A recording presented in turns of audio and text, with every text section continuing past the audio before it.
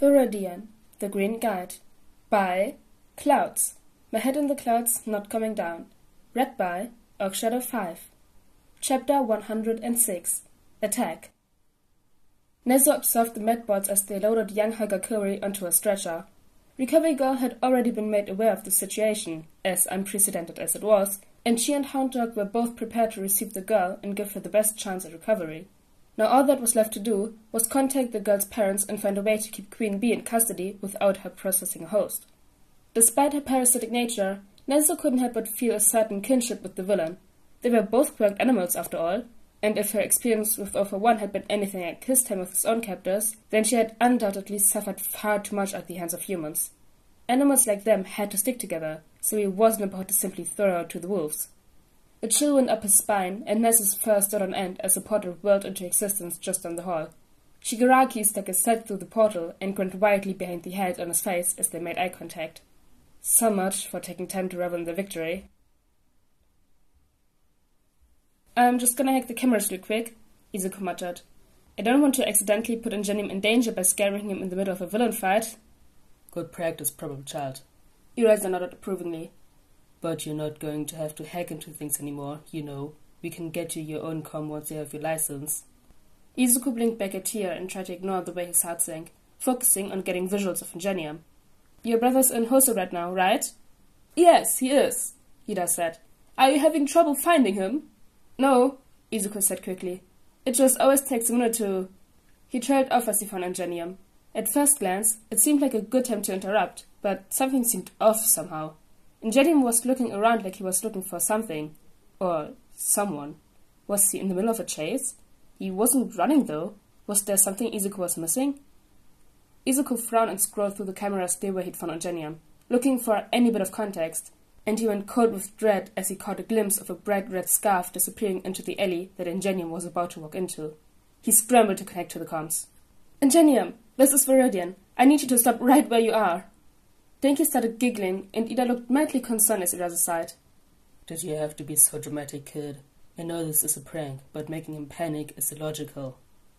Izuku just gave a quick shake of his head to get them to be quiet as he turned his attention back to Ingenium. Are you looking for the hero killer right now? Ida's eyes widened, and Denki slammed a hand over his mouth to muffle a gasp. Eraser had frowned and walked around so that he could look over Izuku's shoulder. On screen, Ingenium was shaking his head. I was actually looking for another guy. Ingenium took it nervously. Why? Should I be worried? Izuku took a deep breath and let himself fall into his vigilante mode. He's in the alley right beside you. I'm still working on getting a visual of the alley itself, but my guess is that he's lying in wait for either you or another hero. Don't go into the alley alone. Obviously, Ingenium gulped. Okay, most of my team is off chasing the criminal we've been tracking, but I could probably spare one or two to help out here, assuming that Stain doesn't move. Maybe Crawler could. Izuku found a camera facing the alley that he could zoom in on and get at least a semi-decent view of the alley. Ingenium, look out! Stain had gotten impatient, and Ingenium barely managed to dodge the katana as it sliced through the air near her stomach. Whoa, not cool. Viridian, I gotta... Focus on fighting, Izuku said firmly. I'll see if I can get you some backup. Ida looked between Kaminari and Izuku in concern and confusion. What's happening? The third round is supposed to start soon, but... Go, Izuku said firmly, eyes still glued to the computer. You worry about winning, I'll worry about your brother. Same goes for you, Denki. Don't go over your limits and make yourself a complete idiot, though. Right. Denki gave him a reassuring smile, but Izuku could tell he was nervous underneath. Just a partial idiot, got it? Good. Eraser dragged his head toward the rest of the student areas. You boys go fight and leave the heroism to us. Shigaraki didn't stop grinning as he stalked down the hall toward Nezu. Kurogiri, you go take care of the vigilante brat. I'll squash the bug. Now, rat, hand her over. I do not believe that I will, Nezu said calmly. Queen Bee has been arrested, so giving her back to the villains would be rather counterproductive. I'm sure you understand. Nice try. Shigaraki's grin got wider. But killing a few NPCs is always a fun part of any quest. He lunged forward and Nezu dropped, protecting the jar with Queen Bee as Shigaraki disintegrated part of the wall behind him. Nezu immediately went for his ankles, biting and scratching at the exposed skin, and just managed to scramble backwards as Shigaraki grabbed his waistcoat. It ripped and dissolved into dust and scraps as Kurogiri disappeared, and in the split second that Nezu was distracted trying to figure out a way to get him to stay put, Shigaraki grabbed the jar. They both reached for Queen Bee as she tried to flutter away from a ruined prison, but Shigaraki was taller and reached her first as she flew toward the ceiling. Nezu watched in horror as his hand closed around her, and the last remnant of the hive dissolved into a small handful of dust and blood. Shigaraki wiped his hands on his pants and turned to them. Main quest completed. Set quest unlocked. Cat and mouse. Nezu gasped. He'd never been the best in physical fights, his intellect and small stature making him much more effective as a strategist rather than a head-on fighter. It didn't make him any less of a hero, but it did mean that he had to know when backup was necessary, and now definitely qualified. Nezu ran down the hall, pressing a secret combination on the floor tiles that only he knew, and Shigaraki's hand closed on air as the trapdoor opened and Nezu dropped down into a tunnel. He slammed the door behind him and used the brief reprieve to turn on his comms and radio the heroes on duty. Hero Team C, report to the student tunnels. Hero B, stand by for possible evacuations of sections F through M. Present mic, midnight. Contact the backup announcers and report to my location. We have a security breach. Shota had to firmly make sure that Kaminari and Ida were well on their way toward the festival before he was able to turn his attention back to Viridian. But he knew the kid wasn't going to run right now, not when there were people to save. He hadn't even noticed Shota's capture weapon loosening. The kid's attention was completely on the screen, and he seemed to be giving a report of the situation to Qualler, although he would interrupt himself occasionally with observations about Stan's quirk, or strategies that Ingenium could use to keep himself alive and uninjured until backup arrived. It was ridiculously oppressive, but Shota could see the way Viridian was vibrating restlessly, body practically begging to be involved in the fight himself. No wonder the kid had chosen to go back to fighting on the streets instead of staying virtual after breaking his arm. He wanted to fight and save people like a real hero. Sho! Hisashi ran up toward him, only briefly glancing toward Viridian on the floor. Nezu said you were probably busy with the kid. We have a problem. Obviously. Shota snorted. What are you doing away from the announcement booth? I had Amplifier take over, Hisashi panted. There's been a security breach. Sho, it's him. Shota frowned, hoping that he was misunderstanding. Who? Nimori joined the conversation, dragging toward them with her whip at the ready and sections of her costume already ripped for easy access to her quirk. The League of Villains, the Villain Factory, whatever you call them, whoever they are, they got in with Kurogiri. Kurogiri? Shota briefed. Hisashi nodded. Oboro is here.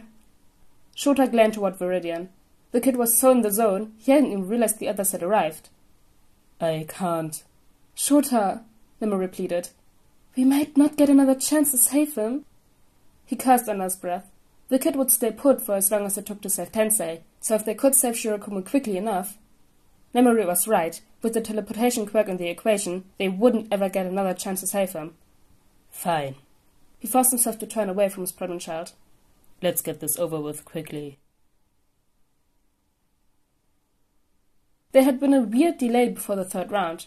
Hitachi wasn't quite sure what was going on, but he assumed that Presmac had gotten sick or something, because some woman was doing the announcing right now. His first match was against Inasa, the wind guy he brainwashed during the cavalry battle, which meant that he might have figured out how his quirk worked. He was stronger than he'd been before, but that wasn't going to do much good against a literal tornado. How was he still screwed? The announcer lady sounded excited as her voice echoed over the speakers. Is everybody ready to watch these epic battles? First round is the 1-Ace Human Tornado. You are Rashi Inasa, who will be fighting the underdog from General Studies, Hitoshi Shinzo. Hitoshi took a deep breath and took a step forward when he felt something wrap around his wrist and hold him back. He swallowed a yelp and whirled around to see Eraser staring at him intensely. You're forfeiting the match. Come with me. What? Hitoshi was suddenly filled with rage. Look, I know it's not the best matchup, and I might not win, but you're not even going to give me a chance? This is my last chance to get into the hero course, and you're not even going to let me try? Eraser gave him a look. You're already guaranteed entry into the hero course. Getting far enough in the sports festival was just a formality, and it's better to not advertise your quirk anyway. You have to understand that I wouldn't be asking you to do this if it wasn't an emergency. Hitoshi blinked. I'm already guaranteed. Wait, what do you mean an emergency? Do you remember when Kachin took you to break the brainwashing on a friend of his? Eraser asked.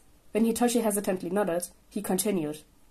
What if I were to tell you that Ogawa wasn't the only victim? Hitoshi's eyes widened as he realized what Aizawa was getting at. He wasn't quite sure he was ready, but when Eraserhead looked at him, there was a challenge in his eyes that Hitoshi couldn't turn down. So, Shinzo, Eraserhead raised an eyebrow. Are you ready to be a hero?